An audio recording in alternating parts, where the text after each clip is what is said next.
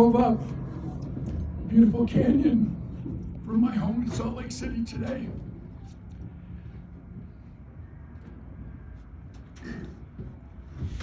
I remembered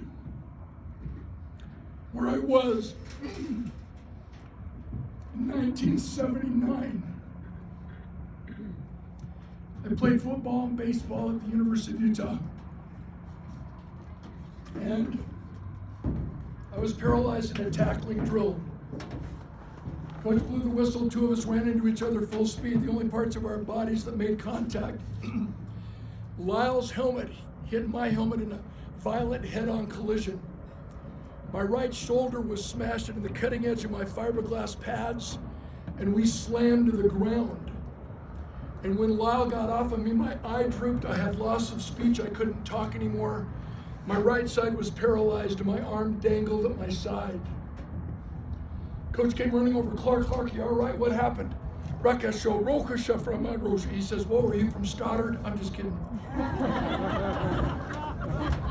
Let's honor Diamond Beef. That was the best burger I've ever had in my entire life. We're driving up here more than just for Larry's spring chicken in.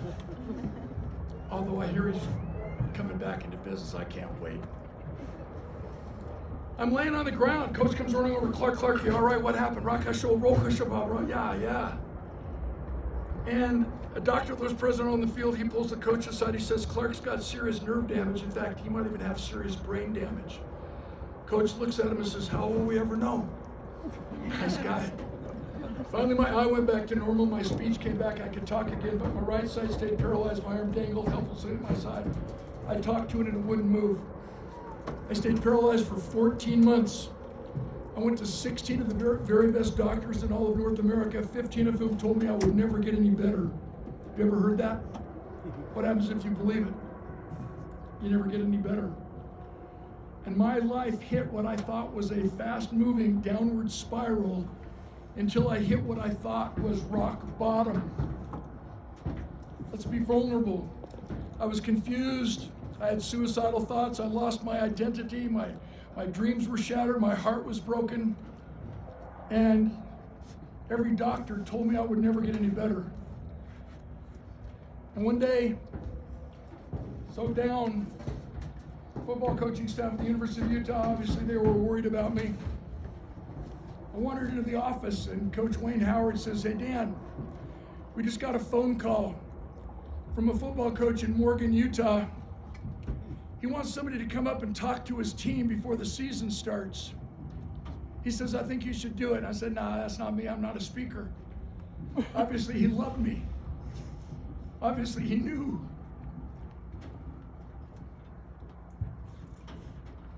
That's what I needed.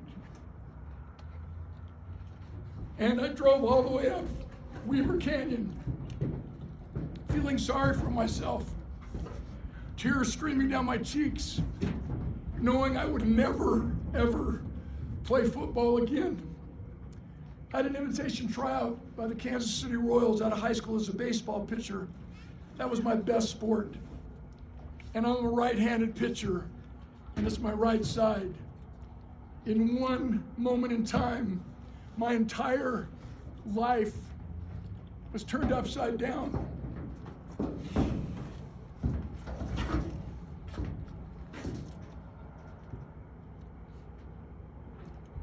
Now you know why I'm emotional. Because when I pulled into the parking lot of this football stadium tonight, I remembered that was my very first speech. Now in humility in a Hall of Fame career, I've spoken to over 6 million people around the world, and it started right here. Because when I pulled in that driveway and parked my car, and I came around the corner, and the football team was just lounging on the bleachers, helmets off, and I thought these guys are kind of undisciplined. I'd give anything to just play one more down, one more play, and they're not taking it seriously. I was kind of ticked off a little bit. I kind of walked in like, what the heck am I going to say to these guys?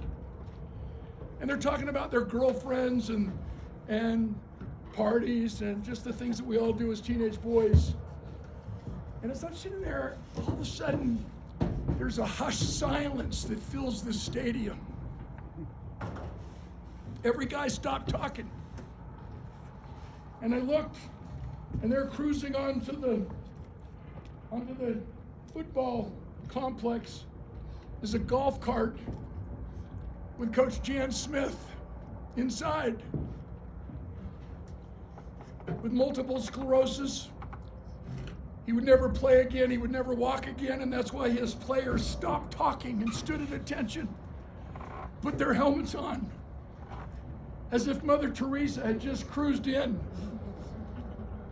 And in that moment, I thought, how cool would it be?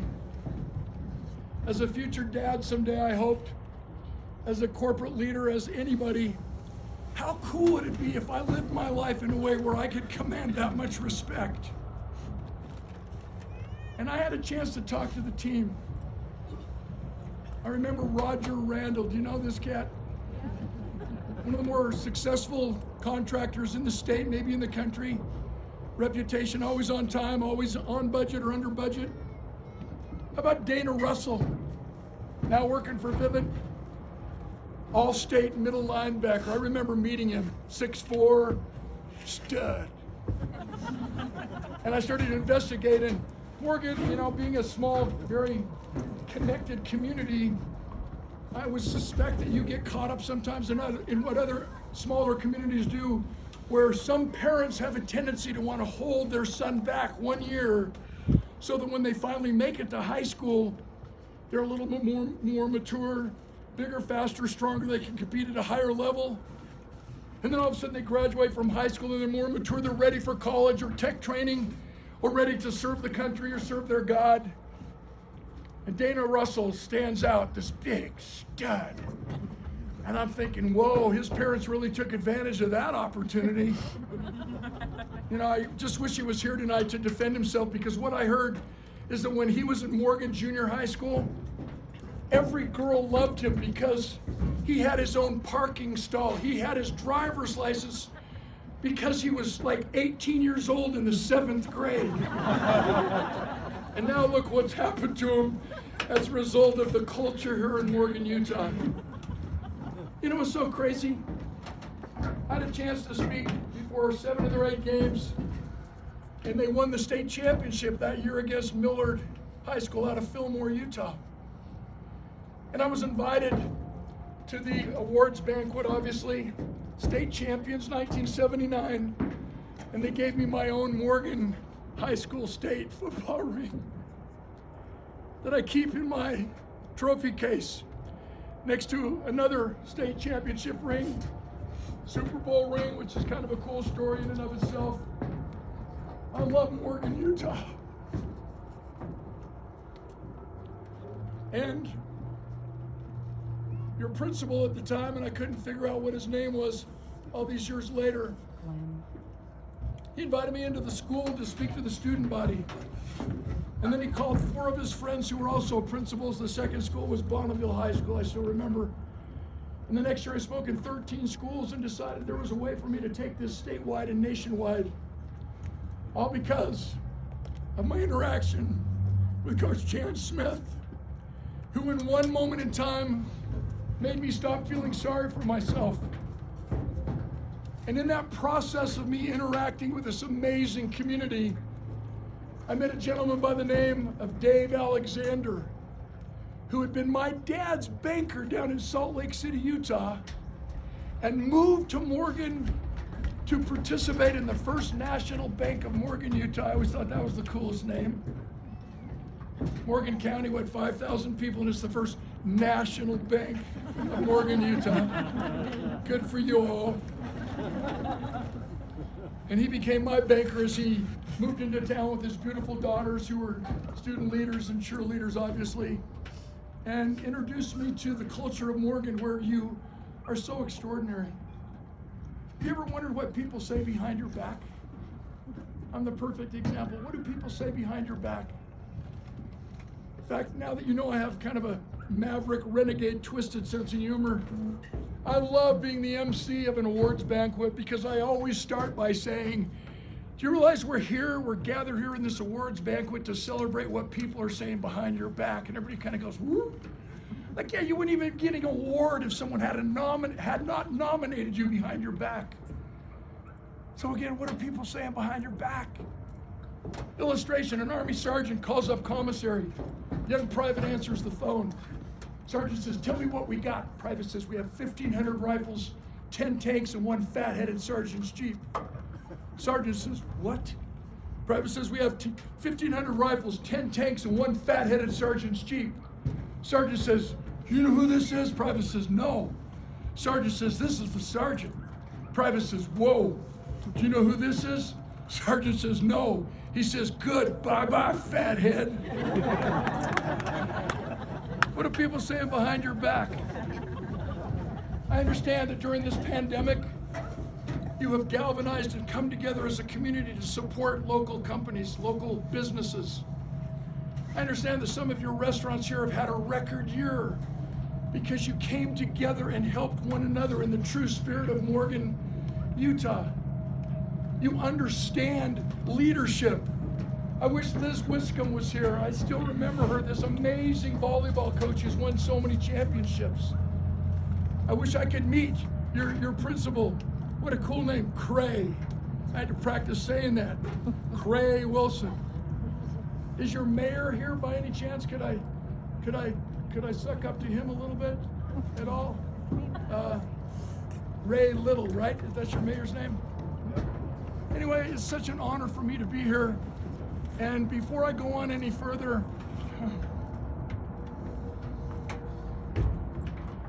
I want to introduce to you 2 women that you know, but because they're my constant connection to Jan Smith, who has made everything in my career possible.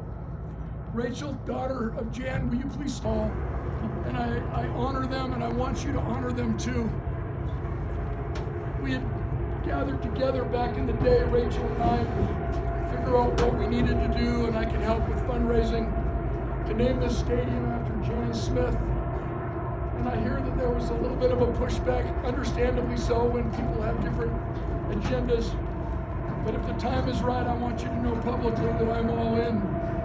Because Jan Smith is who put Morgan, Utah on the map. Let me give you the historical background before I share a few stories and then end by lip-syncing 3 Britney Spears songs so you'll never be the same. In 1979, there was a movement in our country to eliminate high school athletics because of the extraordinary cost, and especially eliminate high school football because the number of injuries and the exorbitant cost, being the most expensive athletic competition in any high school.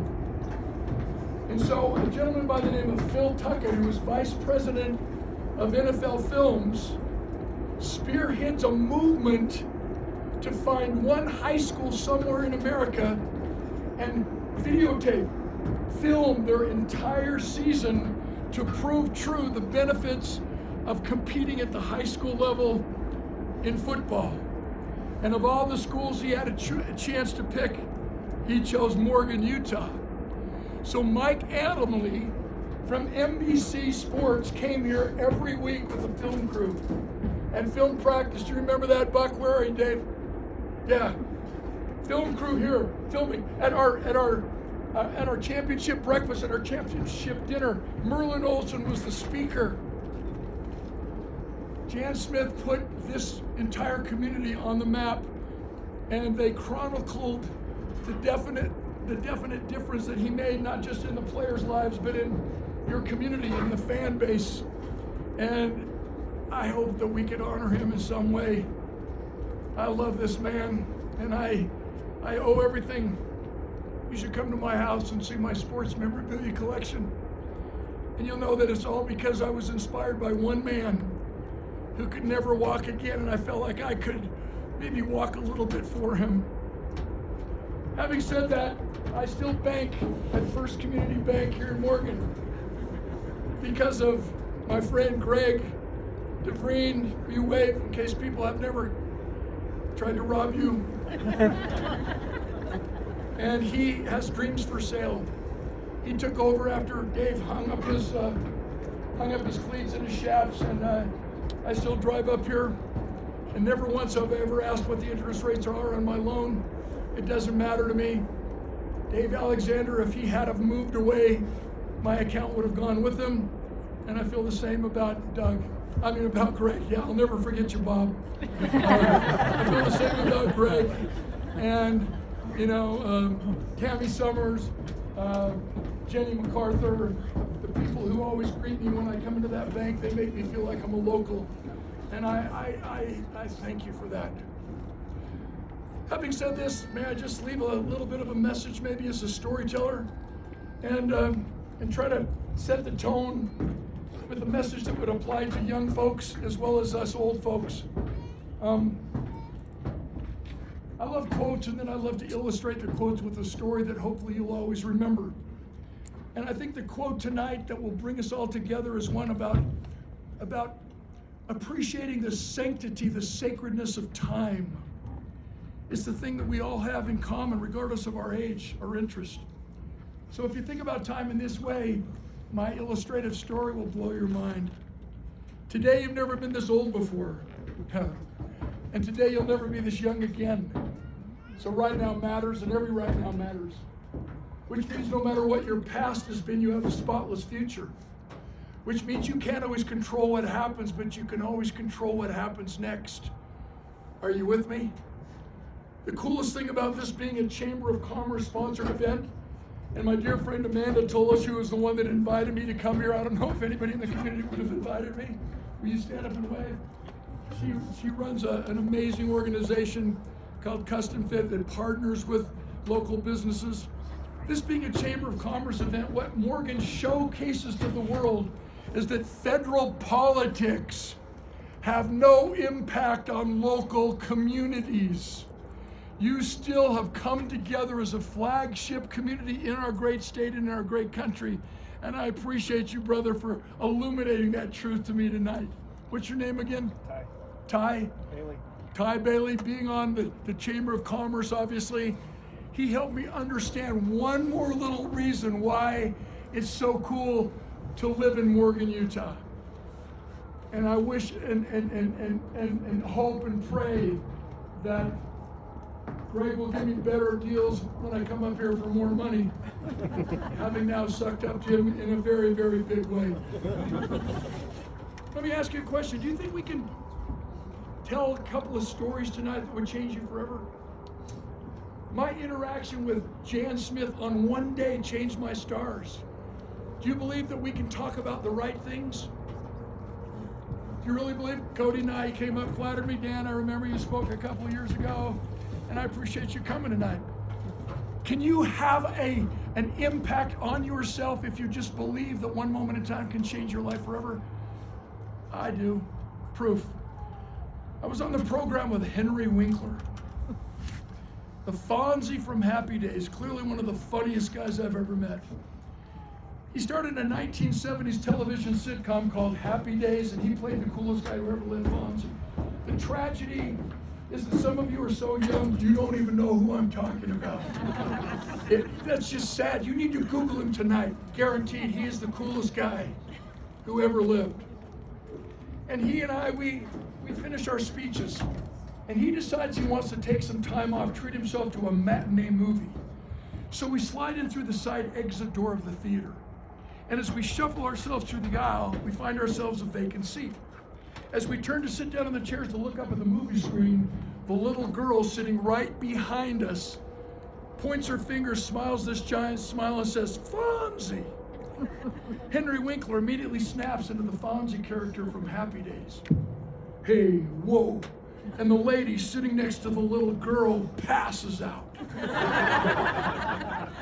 Henry Winkler milks the moment. "Whoa, I thought this only happened on TV drama. Hey, how cool is this? Whoa."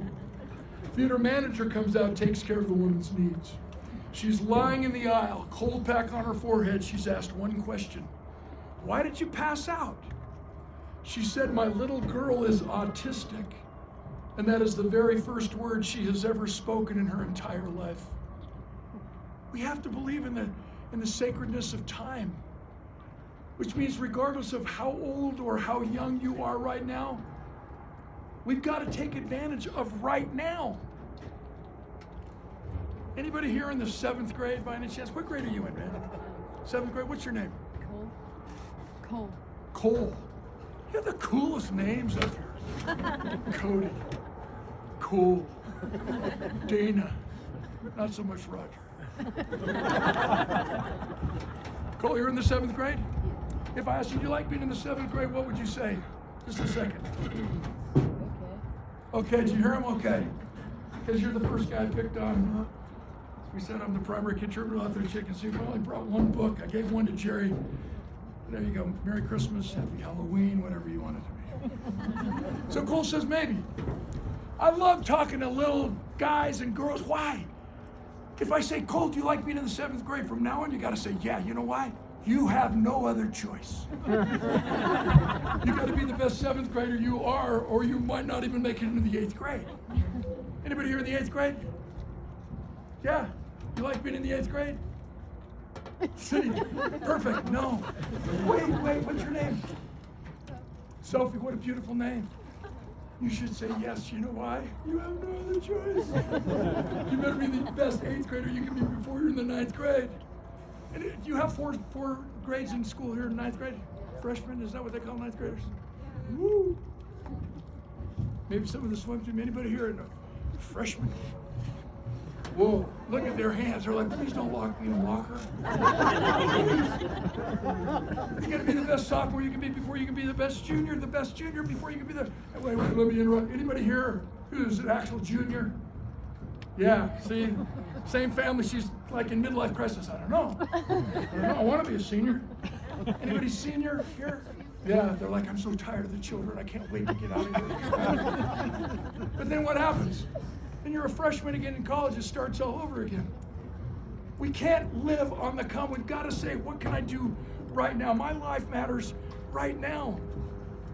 And because it matters right now, maybe I could share one of my favorite experiences that I've used as an object lesson so many times. I've worked with most of the teams in the National Football League. And I want to invite you into a typical NFL team meeting. 53 elite athletes who collectively represent over $105 million in annual salary.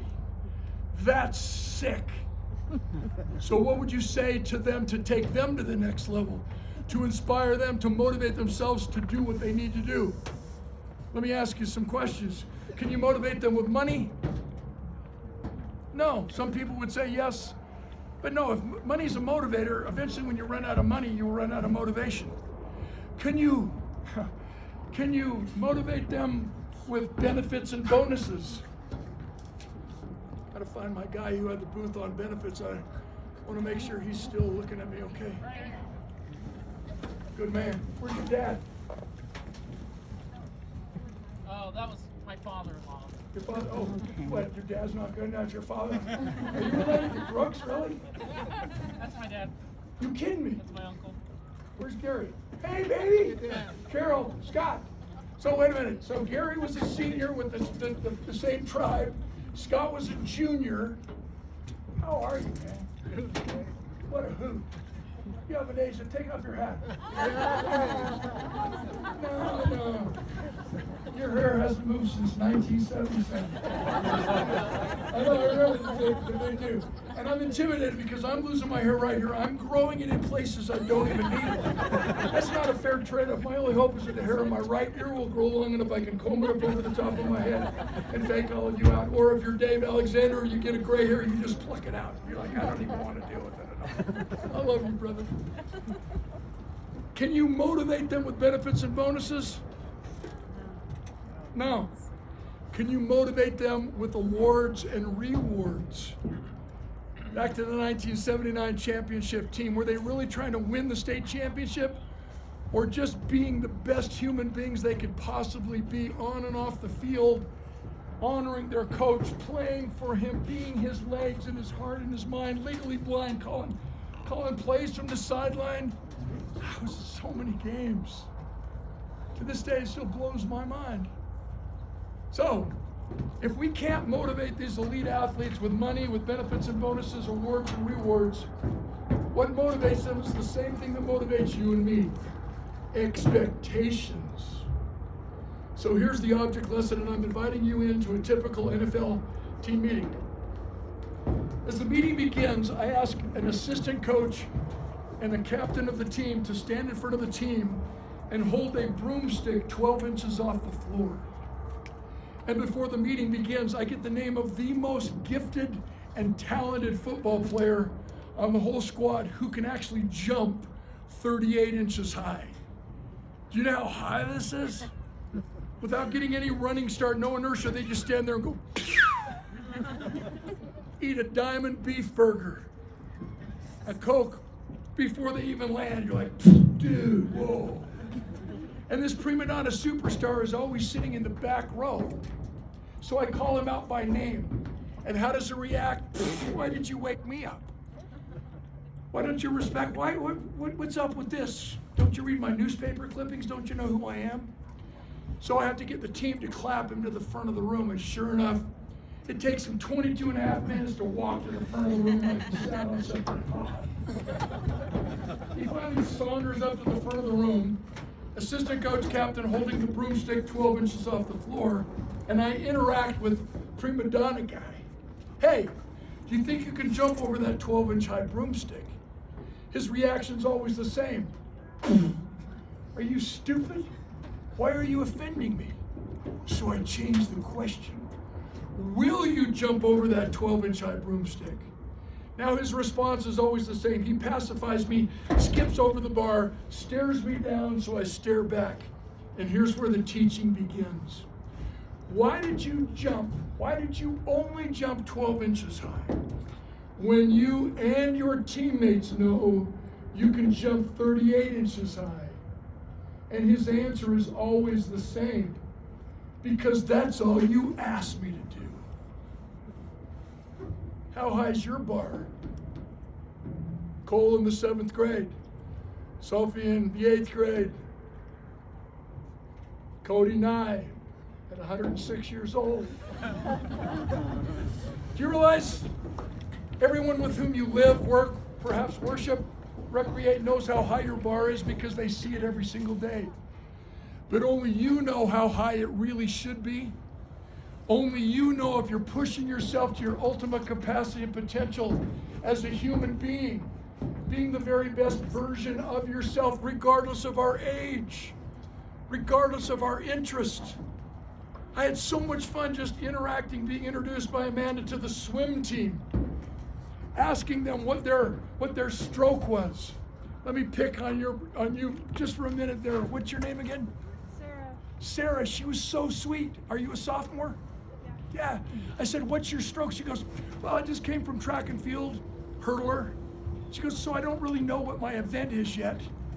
That didn't keep her from showing up to practice and pushing herself to her ultimate capacity and potential as a human being. It's not what we do, it's how we do it, why we do it, it's who we are. Do you not agree? At some point, we've got to focus in on becoming the very best version of ourselves. The same on the field as we are off the field, the same off the field as we are on the field. So let me ask you a question. Who in your life right now do you have who will inspire you to jump a little higher, not 3 inches higher, just 1 inch higher? Just making sure that we wake up, and today is a brand new day. It's a brand new day to do what it is that we really want to do. Does that make sense? And can we do it with a sense of humor, saying that in this football stadium tonight, we are celebrating excellence at the highest level. I know that about you, or you wouldn't be here. I'm not the draw. I guarantee I know that. You are here to support economic development. You're here to support the community. You're here to wave that flag of Morgan, Utah as the coolest community in our state. And it's, bless you. In fact, that's what I'm talking about. If you're going to sneeze, sneeze to the best of your ability. No. Trust me, you didn't have to do that because I'm going to have to go to the cleaners. That was really good. Whatever we do, we've got to do it to the very best of our abilities. Do you not agree? So let's celebrate who you are just for a moment as I maybe pick one more story after I share this experience. People outside of this fence, they live in a minimum requirement mediocrity. Let's talk. Whenever we fill out a job application, they're just looking to hire somebody at the minimum requirement, are they not? Can we become the best that we can be hanging around with minimum requirement mediocrity? No. One of the things I love about Morgan is that you have the ranchers who have been decimated by this drought. Let's pray for rain. And yet you come together and still support one another is so cool. And when I come up into this beautiful outdoor farmland, I'm immediately reminded that we actually, in fact, become the average of the 5 people we associate with the most. Have you heard that before?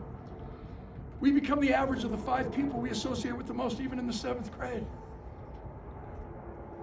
When you put a hard-to-catch horse in the same field with an easy-to-catch horse, most of the time you end up with 2 hard-to-catch horses. Crazy that a city slicker knows that. When you put a healthy child in the same room with a sick child, most of the time you end up with 2 sick children. Moral of the story, to be disciplined, healthy, and significant, we must be willing to pay any price and travel any distance to associate with extraordinary human beings. That's why I came tonight, because I knew I had a chance to associate and affiliate and reminisce on this tear-jerking experience that changed my life forever. We must be willing to pay any price and travel any distance to associate with extraordinary human beings, which begs another question.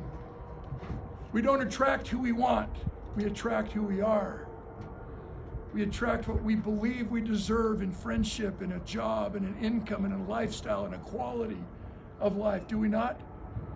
So when we understand the truthfulness of that basic philosophy of life, the philosophy of happiness, of success, we have to go out of our way to gather together so we can celebrate that excellence, that commitment to being the best we can be, to raising our bar. Because outside of these fences tonight, there's an awful lot of folks, perhaps in Morgan obviously, who are not here, who are living and accepting a minimum requirement mediocrity. And every single time I get on an airplane, I'm reminded of this minimum requirement mediocrity. Tomorrow morning I fly out. I flew in just to speak here, and then I fly out again tomorrow. And when I get on that airplane, even though I've flown over 6 million miles just on Delta Airlines, they will still force feed me the pre-flight safety demonstration. Let's talk. Anybody here actually listen to the pre-flight safety demonstration when you get on a plane? With all due respect, any of you nodding your heads, you need therapy. Anybody who has to be taught how to put a seatbelt on should not be allowed in public unsupervised. We gotta have a talk. And every single time, it's the same thing. In the event of a decrease in cabin pressure, an oxygen mask will appear. Reach up, tug on the gold cup, place it over your nose and mouth, securing it tightly with an elastic strap. Breathe normally. You're going down. And they say, breathe normally. And they lie to us. Flight attendants stand up and they say, we're here for your safety. No, they're not. I survived a plane crash, 1988, Stanton, Virginia, Shenandoah Valley Airport. Trust me, when you're going down, the flight attendants are strapped in and screaming just like we are. Just once, I want them to give me the microphone. Let me tell people on board the plane what really happens in an emergency. Ladies and gentlemen, in the event of a decrease in cabin pressure, a little gold cup's gonna conk you in the head.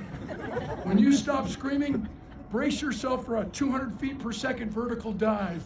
And if you're traveling with more than one child, pick your favorite. Because you ain't got time to make another choice. What happens when we get on a plane and the flight attendants actually want to make flying fun? That they give us an experience. They take us on a journey. Do we not remember that? It's all about the experience that I've had every single time I come to Morgan. Every single time I come up early to talk to Greg at the bank and stop at Larry Wiggle, I'll never forget his last name, his Spring Chicken Inn, and going to the hamburger joint, which is no longer in business. and praying to God that I don't run out of gas as I limp up through Park City and come on that 84 West so that I can actually put money in the Chevron station just down the street in Morgan, Utah, just like you do. I feel like I'm a Morganite, and I got proof that at one point in my life, I really was. What happens when we get on an airplane and everything changes and we remember it and then we refer it to other people? Isn't that what you do? I'm on a Delta Airlines jet. We're coming into Dallas, Texas. Huge turbulence. We're bouncing all over the sky. And finally we land. We bounce, we land. We bounce, we land. Taxi to the gate. Flight attendant comes over the PA system. Hi. Welcome to Dallas, Texas. If you enjoyed your flight, tell your friends you flew Delta Airlines. If you did not enjoy your flight, tell your friends you flew Southwest. And on the plane, we're all like, huh? And obviously the flight attendant had a great relationship with leadership because she then says, and please remain seated with your seatbelt fastened while Captain Kangaroo bounces us the rest of the way to the gate. That's funny. And is it contagious? Yeah. Elderly woman walking in the aisle right behind me with her cane. She comes to the doorway. Are you the pilot? Yes, ma'am. Did we really land or did we get shot down? I'll never forget that one moment in time. What are people saying behind your back? Are you leaving them saying, I like me best when I'm with you, I want to see you again? I like me best when I'm with you, I want to see you again. Every single time I come into your community, there's a feeling, there's an ambience that perhaps those of you who live here and work here every day don't understand. But you realize per capita, you probably have more entrepreneurs in Morgan County than any other community in the state of Utah. So many of you doing business on the other side of the mountain or down the canyon, but you choose to live here and raise your family because you know exactly what I'm talking about. Those intangible reminders that we actually can help one another raise our bar every day. And I honor you for that.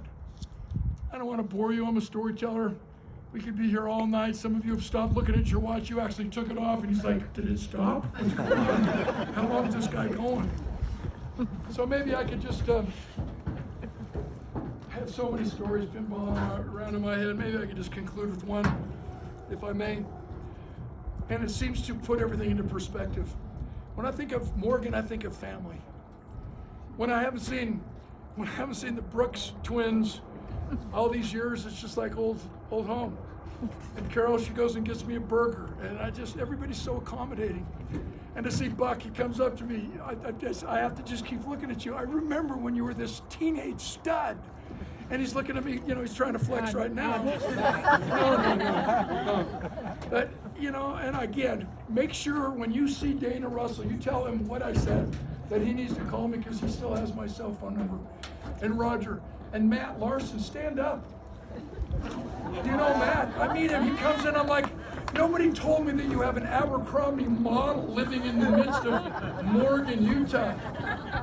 I mean, seriously, I'd write a song about you, but I don't know what rhymes with stud muffin hunkaburn.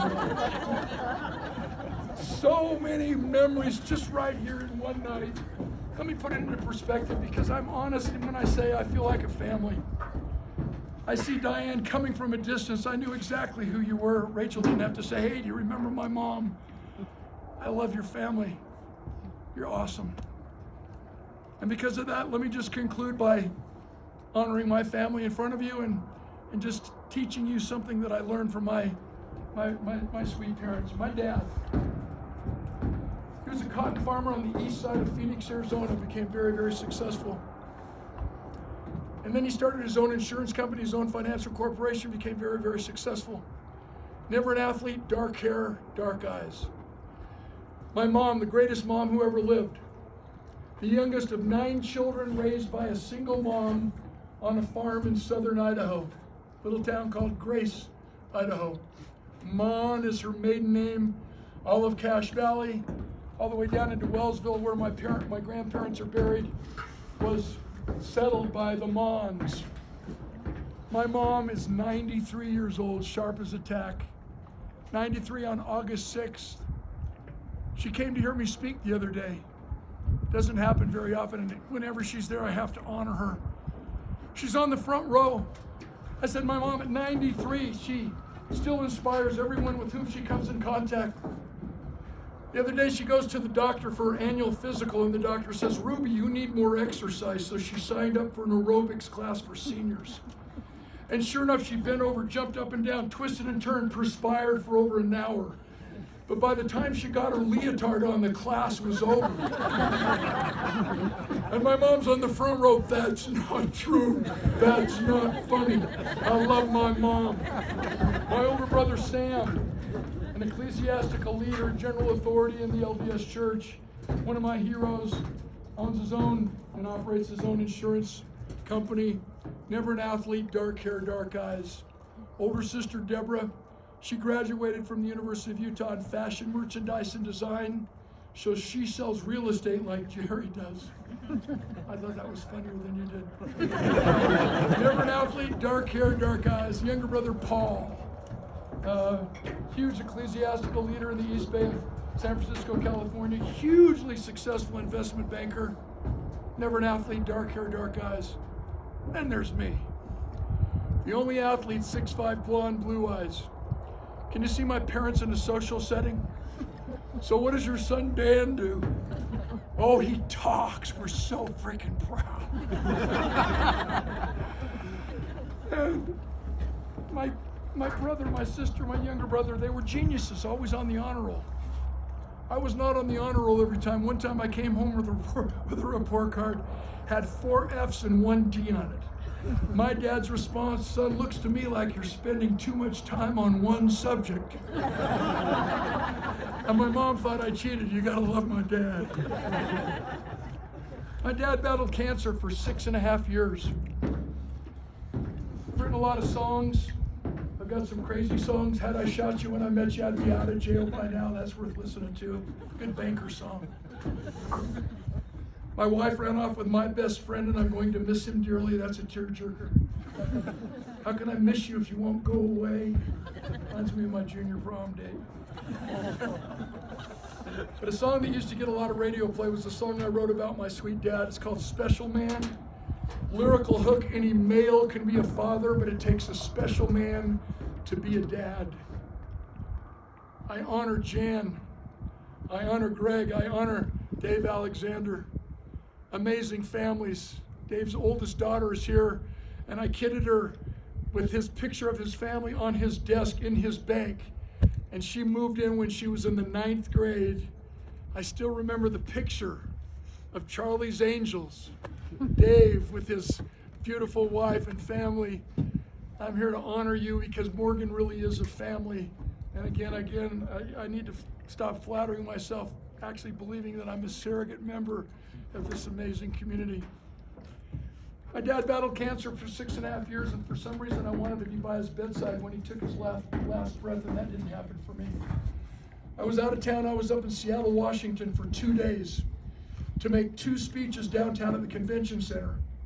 I'm staying out of town at the Seattle Airport Marriott Hotel. It's Friday morning, October 12th. I've showered, I've shaved, put on my coat, put on my tie. I'm ready for the day. Phone rings. I think it's my ride downtown to the convention center, so I pick up the phone and I almost flippantly say, I'll be right there. But for some odd reason, I just stood there. 15 seconds of silence later, my younger brother's voice pierces the quietness of the call. Danny? I said, Paul, what's up? He said, Dad died this morning at 7 a.m. I said, whoa. And I sat down on the edge of my bed, and the tears just started to fall. Let me interrupt. I'd give anything to have my dad back one more day. It's too late. I have regrets.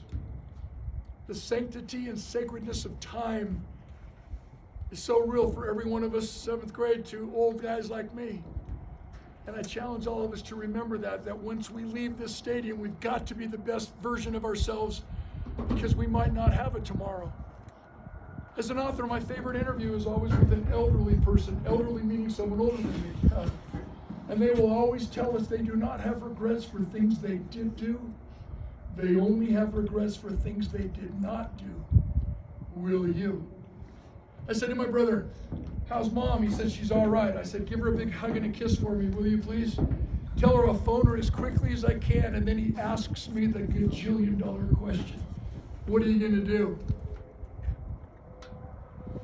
I said, Paul, mom and dad have spent an entire lifetime teaching us to keep our promises, teaching us to keep our commitments. Do you realize that adversity is what introduces us to ourselves? That no one will ever know how strong we are until being strong is our only choice? How deep is your conviction? What do you really believe? About time, but about making a difference, service before self, so everybody leaves you saying, I like me best when I'm with you, I want to see you again. My belief, my conviction, my theology was tested in that moment. I said, Paul, mom and dad have spent an entire lifetime teaching us to keep our promises, teaching us to keep our commitments. I said, I'm going to go and speak. Just on my way out the door, I can't imagine what it would be like to be a meeting planner with 3,500 people in the audience and not have the speaker show. I can't leave them hanging. Could you? And I said, and then I'm going to keep my commitment. I'm going to spend the night, speak on Saturday tomorrow, and then I'm going to hustle home. God knows I need your support. Hopefully I can give you some of mine. I hung up the phone with my brother and I sat there and openly wept like a wee child. It's my dad, my hero. 15 minutes later, the phone rings again. This time it is my ride. I tell him I'll be right down. I go into the washroom, I splash some water on my face, try to freshen up to the best of my ability. I leave my hotel room and I get on the elevator. And as the elevator doors start to close, the corner of the bellman's cart nudges its way through the opening and they bing, back open. And on the elevator comes this way overzealous psycho bellman. I'll never forget him as long as I live. He's pushing this runaway cart onto the elevator, forces me back to the right rear corner of the elevator, and I assume the elevator position. Doors close, we start going down, and he is relentless. Woo! Do you see the beautiful sunshine? I've lived up here in Seattle, Washington, 15 years, rained every single day. You must have brought the good weather with you. How you doing? I'm like, I'm fine. You know when someone's been staring at you for a while, and you don't even have to get eye contact, you can just kind of feel it, just kind of sense it? All of a sudden he says, hey, mister, you're not fine. You've been crying. I said, yeah. I said, I just found out my dad died this morning, and I'm really sad. He said, whoa. Elevator comes to the lobby, doors open, he goes his way. I meet my ride. He drives me downtown to the convention center. I'm introduced, and I make my speech. I had to dig deeper than I'd ever dug in my whole entire life to make that speech. If you remember nothing else I say tonight, you can if you think you can. Especially if you have a Jan Smith in your life who proves it. That you don't let what you cannot do interfere with what you can do. Get on. Get on. Move on. I got to the end of my speech and I said to the audience, I'd like to conclude with a little song from one of my albums.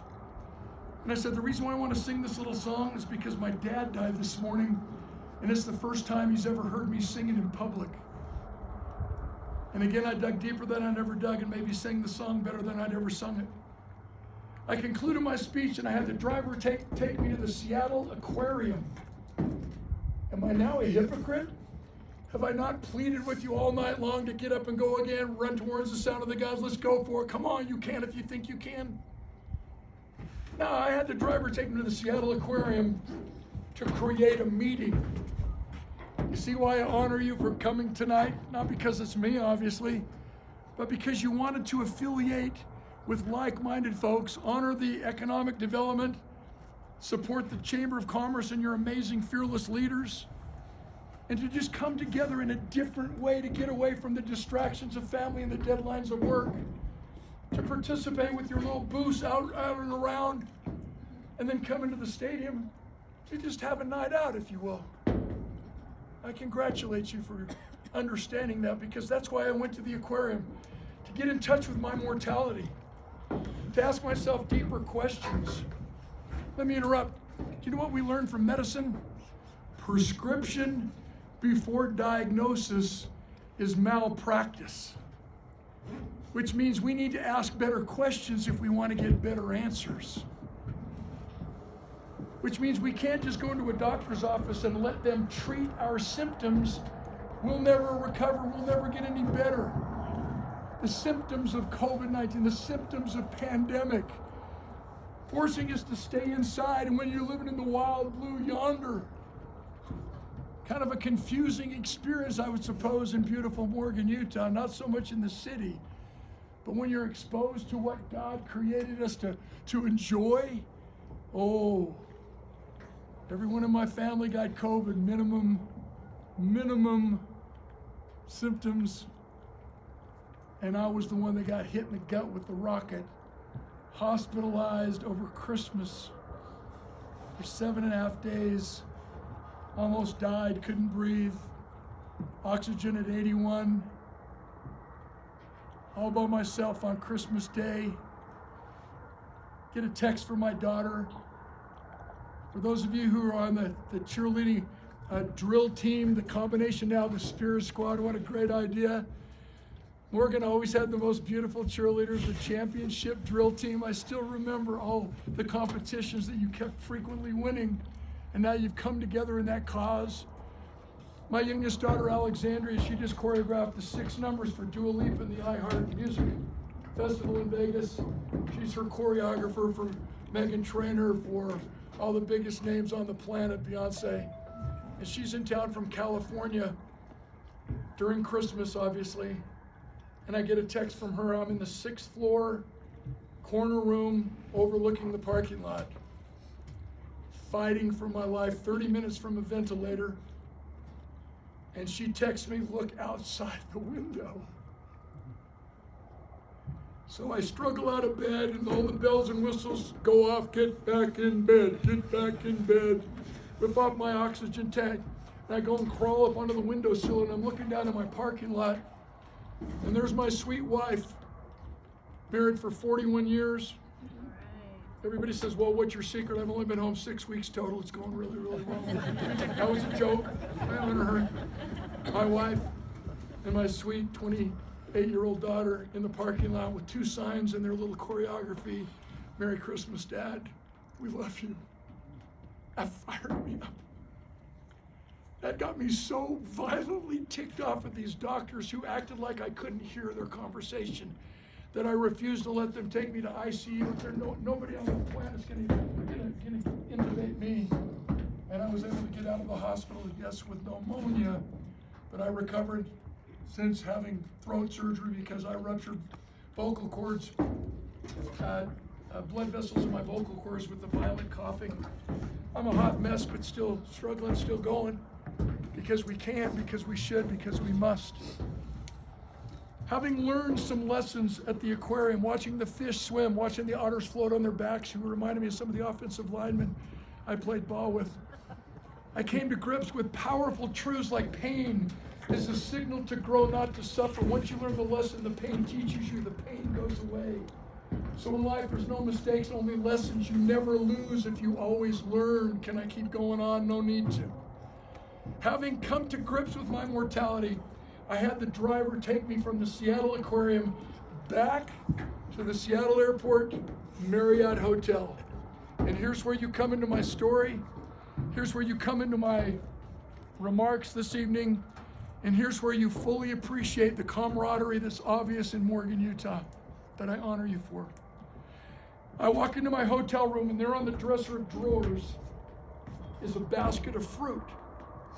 And it's not your basic basket of fruit that's been delivered from the hotel gift shop. We've all seen these little color cellophane, little bow, little sterile stamp card. They never get our names right. Thanks for staying with the Sergio. This was the coolest gift I'd ever received.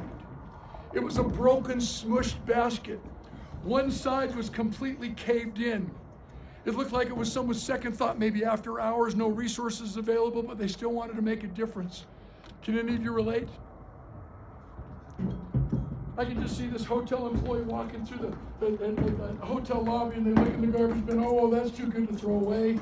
Wow, principal would be really proud of us. Do more with less. They retrieved it and took it to my room. Whoever delivered it was obviously into presentation because they turned the broken smush part of the basket towards the wall. Whoever delivered obviously was into presentation because apparently they had walked past the big fake tree in the lobby, yanked off one of those fine rubberized leaves, stuck that in front of the broken smush part of the basket. In my basket of fruit, there was a tomato and a big giant carrot and a handwritten card. It said, "Mr. Clark, I'm sure sorry your dad died. I'm supposed to get off work at 5 o'clock. I've asked to stay on all night long so I can be here just for you. Room service closes at 10 o'clock. The kitchen has agreed to stay open all night long so they can be here just for you. If you need anything, just call and ask for me. Signed, James, the bellman in the elevator." He's not the only guy who signed my little card. Every single hotel employee that night at the Seattle Airport and Marriott Hotel signed my little card. I still have it matted and framed hanging on my office wall to this day. Let me debrief and conclude. Here we have the youngest person in the entire employee payroll who seemingly gets it. Guess what? Service before self and age has nothing to do with making your dreams come true and making your life matter right now and every right now. Here we have the lowest paid person in the entire employee payroll who seemingly gets it. Guess what? Money's not a motivator. It's not about how much money we make, it's how much we keep, obviously how much we spend. No, it's how much we take home. But it's what we do with that money that matters. It's the generosity that your community has one with another to support local businesses in a pandemic. You don't find that everywhere. Congratulations on catching that family vision. And the last thing I learned from this young 18-year-old man, loyalty. Obviously, this is a business development fair, if you will. Some of you invested in your time and resources to put the little booths out outside the stadium where we could be exposed to your services and your products and everything. Got one of the best brownies I've ever had in my life. Wherever this amazing woman is, I need to finance her restaurant. I forgot a name, but I will never forget a face or a brownie. What's her name? Kristen Toon. Where is she? Kristen, don't hide over there. I'm gonna hijack the back of your car. I just want 2 more for the road. Loyalty, we need referrals, loyalty. Every single time I speak, I'm always relegated to stay at the property. And for those of us who have been to conferences, conventions, they usually have these meetings at these posh hotels where the towels in our room are so fluffy you have a hard time getting your suitcase closed. Do you find that when you travel? But every single time I speak in Seattle, Washington, I always stay at the Seattle Airport Marriott Hotel. Even if I have to rent a car at my own expense and drive an hour and a half, 2 hours out of my own way. Why? To pay tribute to the Marriott brand. My uncle is J. Reuben Clark, who performed Bill Marriott's wedding. But more importantly, to pay tribute to this young man with a dream that at some time, most of my audiences are about 4,000 to 10,000 people. And at some point in a convention speech, my dream is to be in the middle of my speech and to share this story I affectionately call the Bellman, and to have a young African-American gentleman jump to his feet and go, "Dan, it's James. Thanks for remembering. I'm the CEO of this company." It's gonna happen sometime. I can just feel it in my bones. Let me conclude. Hopefully you know my debt of gratitude. Hopefully you know how much I appreciate you and that I frequently come up here. And I just hope that I'll run into some of you. Maybe my car will break down and you'll drive past me hitchhiking and go, "Hey, I remember that guy." And you'll back up and run over me. So you feel better about tonight for keeping you so long. And maybe I could just leave you with a 30-second vignette. It's one of my favorite ways to close. Before my voice went south, I used to always conclude my speeches with one of my songs. I recorded a song I used to end with so many times back in the day called "I'll Build You a Rainbow," a story about a little boy and his mom passing away, but families are forever. And I really believe that, as I've said about 16 times, that Morgan is Morgan because you all feel like family. So the conclusive message is support. Thanks for supporting each other. That basically inspires those of us who don't live in your community. Thanks for supporting the Economic Development Committee in the Chamber tonight. And if I can ever do anything to help you, you already know how to get a hold of me through Amanda Tillis and your chamber. So to remember the significance of support, obviously, I need to share my quick little story. A mother encourages her daughter to come home as soon as school is over. The time comes, the time goes, 30 minutes late. Her daughter walks in through the front door of her home and her mother scolds her. "Where have you been? I've been worried sick." She says, "Oh, Mommy, I walked my friend Sally home from school. She dropped her doll on the sidewalk and broke all to pieces. It was awful." Her mother said, "So you're late because you stayed to help your friend pick up the pieces of the doll and put it back together again?" She said, "Oh no, Mommy, I didn't know how to fix the doll. I just stayed to help her cry." We don't know how long this pandemic's gonna last. But what we do know is the power of the human spirit that will outlast anything that our world or our economy can throw at us. And of all the communities that I've ever had a chance to speak in, and tomorrow when I fly out to Las Vegas and spend 4 days doing this global international convention, I'll still remember the feeling I had tonight.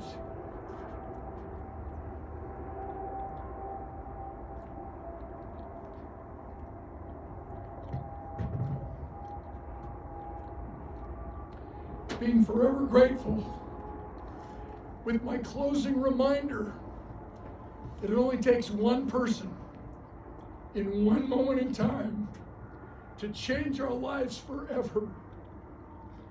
I've been privileged to be the recipient of that from Coach Jan Smith, who challenged me for the rest of my life to hopefully be that one person for someone else.